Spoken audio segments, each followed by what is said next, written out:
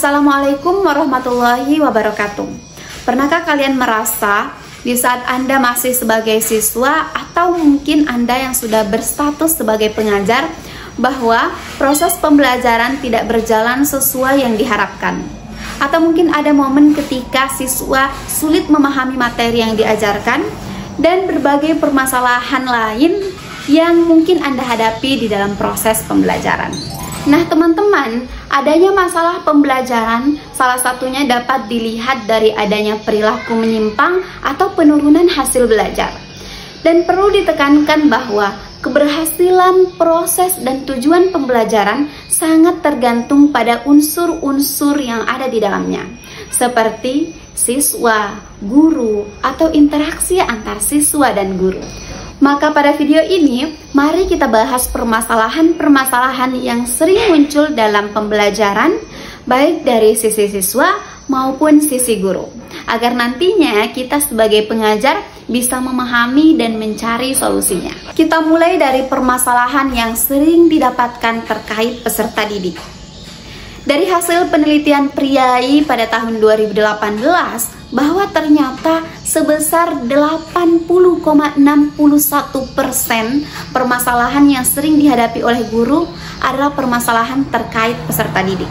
Permasalahan-permasalahan tersebut yakni hasil belajar yang tidak sesuai dengan target capaian pembelajaran, kemudian siswa yang kurang antusias, baik itu kurang antusias dalam mengerjakan tugas misalnya, tidak ada motivasi untuk mencari tahu, perhatian siswa yang kurang, atau siswa yang cenderung diam dan malu untuk bertanya. Nah, permasalahan-permasalahan terkait kurangnya keaktifan dan antusias siswa ini telah terbukti menjadi salah satu penyebab besar terjadinya permasalahan pertama yang saya sebutkan sebelumnya, yakni permasalahan terkait hasil belajar.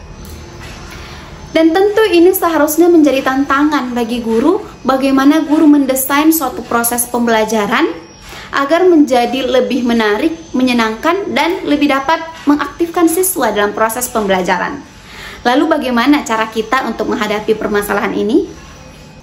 Nah, salah satu jawabannya yaitu dengan cara membantu menumbuhkan antusiasme siswa.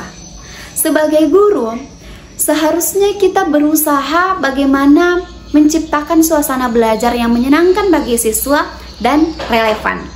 Salah satu caranya yaitu dengan menggunakan metode yang interaktif seperti diskusi, kemudian seperti permainan edukatif dengan melibatkan teknologi yang menarik. Selain itu, dengan cara menerapkan pendekatan yang beragam. Mengapa pendekatan yang beragam ini penting? Karena tidak semua gaya belajar siswa itu sama. Oleh karena itu penting bagi guru untuk mendesain suatu pembelajaran yang variatif. Salah satunya misalnya dengan menggunakan pendekatan visual, auditori, atau dengan gaya kinestetik. Nah, dengan pendekatan-pendekatan ini kita bisa mengatasi masalah-masalah terkait kurangnya antusiasme siswa dan kurangnya keaktifan siswa. Masalah berikutnya yang tidak kalah sering terjadi yaitu masalah mengenai kedisiplinan siswa. Perilaku disiplin yang buruk ini adalah situasi di mana siswa sering melanggar aturan, tidak memperhatikan guru misalnya, mengganggu teman, atau bahkan tidak menghormati proses pembelajaran. Lalu apa sebenarnya yang menyebabkan terjadinya perilaku seperti ini? Berikut beberapa penyebab utamanya. Yang pertama yaitu karena kurangnya aturan yang jelas. Ya, jika aturan di kelas tidak jelas atau tidak ditegakkan secara konsisten, terkadang siswa akan merasa bebas untuk melanggar. Dan yang kedua adalah kurangnya keterlibatan siswa. Nah, jadi siswa yang merasa bosan atau tidak tertarik dengan proses pembelajaran ini cenderung mencari cara lain untuk mengalihkan perhatian mereka. Yang ketiga yaitu lingkungan keluarga atau sosial yang tidak mendukung. Nah, jadi anak yang biasanya kurang mendapatkan bimbingan dari rumah, nah ini biasanya membawa perilaku tersebut sampai di sekolah. Dan yang keempat yaitu gaya pengelolaan kelas yang kurang efektif. Jadi memang guru harus memiliki keterampilan mengelola kelas yang baik. Guru yang kurang tegas atau tidak mampu menciptakan suasana kelas yang kondusif seringkali kesulitan dalam mengendalikan siswa. Masalahnya adalah perilaku yang tidak disiplin ini tidak hanya mengganggu bagi guru, tetapi juga bisa mengganggu teman-teman yang lain. Misalnya, dalam proses pembelajaran, ada siswa yang ribut. Nah, guru harus terus-menerus menegur siswa ini, sehingga waktu pembelajaran juga akan menjadi kurang efektif. Dan secara tidak langsung pula, ini bisa menurunkan motivasi belajar. Siswa yang ingin belajar akan merasa terganggu dan kehilangan fokus. Dan juga yang ketiga, menciptakan suasana menjadi tidak kondusif. Nah, perilaku buruk dapat menciptakan lingkungan kelas yang tegang. Misalnya tadi ada yang ribut, kemudian ditegur, dimarahi. Tentu ini akan menciptakan kondisi yang tidak nyaman. Nah, lalu bagaimana solusi untuk menghadapi masalah tidak disiplin siswa di dalam kelas? Berikut beberapa solusinya. Yang pertama, tetapkan aturan yang jelas dan tegas. Jadi pastikan semua siswa memahami aturan sejak awal. Misalnya, aturan waktu penggunaan telepon, waktu berbicara, dan konsekuensi jika melanggar. Kemudian, terapkan konsekuensi secara konsisten. Misalnya jika ada siswa yang melanggar, berikan konsekuensi. Nah, ini bisa menunjukkan bahwa aturan ini bukan sekedar formalitas. Karena sifat manusia itu biasanya kalau ada aturan namun tidak ada konsekuensi, maka mereka biasanya cenderung mengabaikan atau menyepelekan. Nah, kemudian yang ketiga yaitu gunakan pendekatan positif. Nah, pendekatan positif di sini seperti misalnya memberikan penghargaan kepada siswa yang berperilaku disiplin. Misalnya pujian di depan kelas atau sistem poin untuk perilaku positif. Nah, karena memang sifat manusia ya suka dipuji. Kemudian 4. Ciptakan suasana belajar yang menarik ya. Karena biasanya kenapa siswa ribut, kenapa siswa abai? Karena menurut mereka proses pembelajarannya tidak menarik. Tingkatkan keterampilan mengelola kelas. Ini hal yang sangat-sangat penting dan mempengaruhi. Jadi guru perlu menguasai teknik-teknik pengelolaan kelas seperti mengatur posisi duduk, kemudian menjaga suasana kelas dan menggunakan intonasi suara yang tegas. Namun tegas di sini harus karena kita adalah seorang guru dan pendidik, jadi tegas namun ramah. Karena selain terkait siswa, masalah yang sering dihadapi oleh guru yaitu terkait sarana dan prasarana. Sarana dan prasarana di sini mencakup fasilitas pendukung pembelajaran. Misalnya alat bantu pembelajaran dan teknologi yang memadai. Keterbatasan alat bantu dalam proses pembelajaran tentu akan sangat mempengaruhi pemahaman siswa. Lalu bagaimana cara guru menghadapi masalah tersebut? Nah, salah satu jawabannya yaitu dengan cara mengoptimalkan fasilitas yang ada meskipun sederhana, yaitu tentu dengan melibatkan kekreatifan guru dalam menyajikan pembelajaran. Nah, saya beri salah satu contoh, karena saya berasal dari biologi, jadi saya beri pada kasus misalnya tidak tersedianya mikroskop untuk mengamati struktur sel tumbuhan. Nah, bagaimana solusinya? Guru bisa menggunakan gambar 3 dimensi, misalnya gambar 3 dimensi pada format buku, poster, atau dengan video interaktif. Nah, model sel 3 dimensi sederhana ini juga bisa dibuat dengan menggunakan bahan-bahan sehari-hari. Misalnya, plastisin untuk membuat dinding selnya, kemudian karet balon untuk membuat vakuolanya, dan kertas hijau untuk membuat kloroplas. Jadi, lagi-lagi kekreatifan guru sangat diperlukan dalam proses pembelajaran. Permasalahan terakhir yang ingin saya bahas yaitu permasalahan terkait guru. Salah satunya yaitu permasalahan yang ditemukan pada penelitian Thomas Wibowo bahwa masih ada guru yang enggan menggunakan media pembelajaran. Lalu apa alasannya sehingga guru enggan menggunakan media pembelajaran? Berikut beberapa alasannya. Alasan yang pertama, guru menganggap menggunakan media pembelajaran itu repot. Memang benar, mengajar dengan menggunakan media pembelajaran itu perlu persiapan. Apalagi kalau media itu berupa audiovisual, slide proyektor, dan lain sebagainya. Dengan alasan guru sudah sangat repot menulis persiapan mengajar, jadwal pelajaran yang padat, jumlah kelas paralel yang sedikit, masalah keluarga, dan lain sebagainya, yang menjadi alasan mana sempat memikirkan media pembelajaran. Demikianlah beberapa alasan yang sering dikemukakan oleh guru. Padahal kalau guru mau berpikir dari aspek lain, bahwa dengan menggunakan media pembelajaran, maka pembelajaran akan lebih efektif, maka tidak akan ada alasan repot. Pikirkanlah bahwa sedikit repot tetapi akan menghasilkan hasil yang lebih optimal. Apalagi media pembelajaran juga relatif awet. Artinya, sekali menyiapkan bahan pembelajaran dapat dipakai beberapa kali penyajian dan selanjutnya tidak akan repot lagi. Alasan lain yaitu kebiasaan menikmati ceramah atau berbicara. Ternyata salah satu yang menjadi alasan mengapa guru tidak menggunakan media pembelajaran adalah kebiasaan dengan metode ceramah.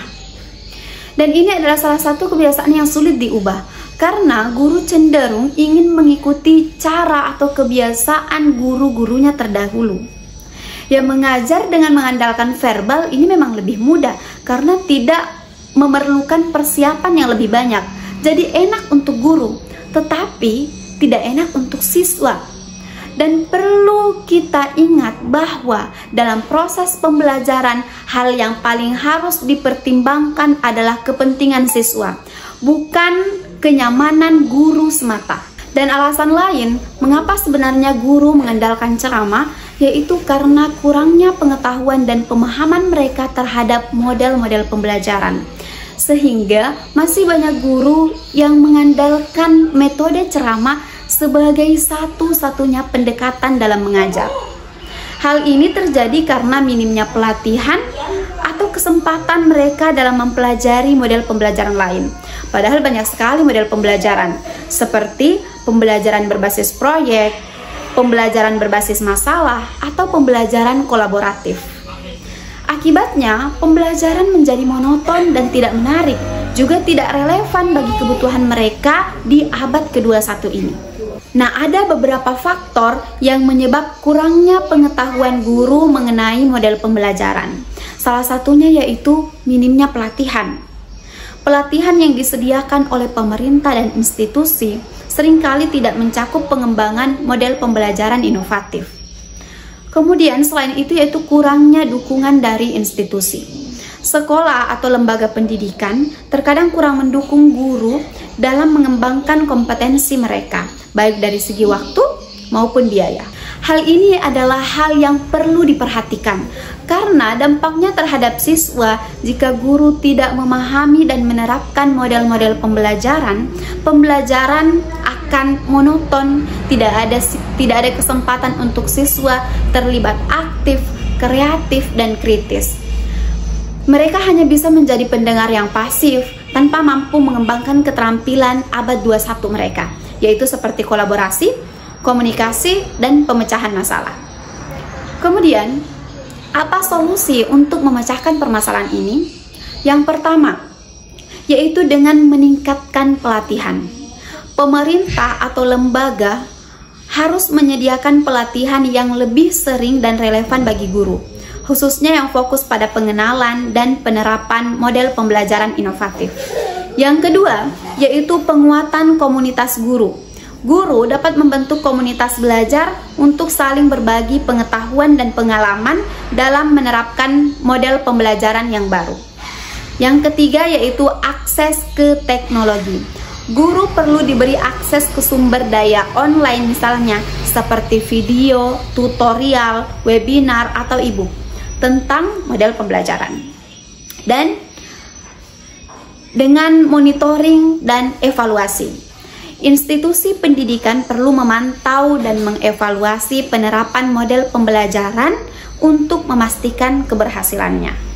Selanjutnya, permasalahan mengenai kemampuan guru dalam menggunakan teknologi ternyata juga sering kali menjadi alasan mengapa guru tidak menggunakan media pembelajaran.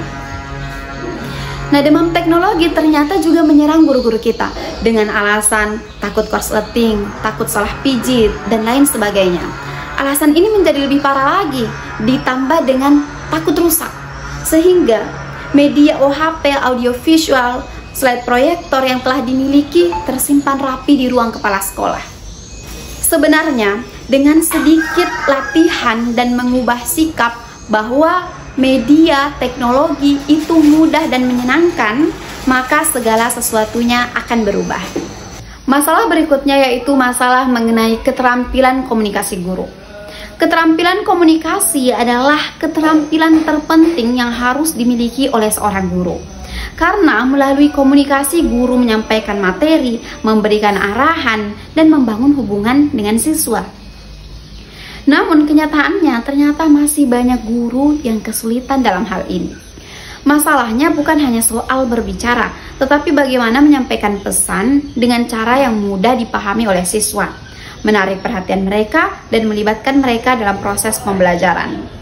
Karena guru yang kurang terampil dalam berkomunikasi cenderung menggunakan gaya yang monoton, tidak melibatkan siswa, atau bahkan sulit mendengar dan memahami kebutuhan siswa. Lalu apa dampaknya? Ada beberapa dampak yang cukup serius. Yang pertama, siswa kehilangan minat belajar. Karena jika komunikasi kurang atau tidak menarik, siswa akan merasa bosan dan sulit memahami materi. Dan juga yang kedua, interaksi menjadi kurang efektif. Guru sulit menjalin hubungan yang baik dengan siswa sehingga siswa merasa enggan untuk bertanya dan berdiskusi. Dan yang ketiga yaitu rendahnya pemahaman materi. Tentu saja karena ketika pesan tidak tersampaikan dengan baik, siswa cenderung salah memahami materi dan atau bahkan tidak memahami materi sama sekali. Lalu bagaimana cara mengatasi masalah ini? Berikut beberapa solusinya. Yang pertama, dengan mengikuti pelatihan komunikasi. Nah, jadi guru bisa mengikuti pelatihan atau workshop untuk meningkatkan keterampilan atau kemampuan komunikasi mereka. Nah, kemudian dengan menggunakan teknik mengajar yang interaktif. Hindari metode ceramah yang monoton. Libatkan siswa dengan diskusi, permainan edukatif, atau cerita yang relevan dengan materi. Kemudian dengarkan siswa. Nah, komunikasi yang baik ternyata bukan hanya tentang berbicara, tetapi juga tentang mendengarkan. Guru perlu memberikan ruang bagi siswa untuk menyampaikan pendapat, pertanyaan, atau masalah mereka. Kemudian, yang keempat, berikan umpan balik. Nah, pastikan guru memberikan umpan balik yang konstruktif kepada siswa. Selain itu, guru juga bisa meminta umpan balik dari siswa untuk mengetahui apakah cara mengajarnya sudah efektif atau tidak. Selanjutnya, dengan latihan bahasa tubuh atau ekspresi. Nah, ini juga merupakan suatu hal yang penting. Nah, gunakan ekspresi wajah, intonasi suara, gerakan tubuh yang menarik perhatian siswa. Cara ini membuat pembelajaran terasa lebih hidup dan tidak membosankan. Sampai di sini video saya kali ini. Terima kasih sudah menyimak. Terus semangat dan terus upgrade diri. Sampai jumpa di video selanjutnya.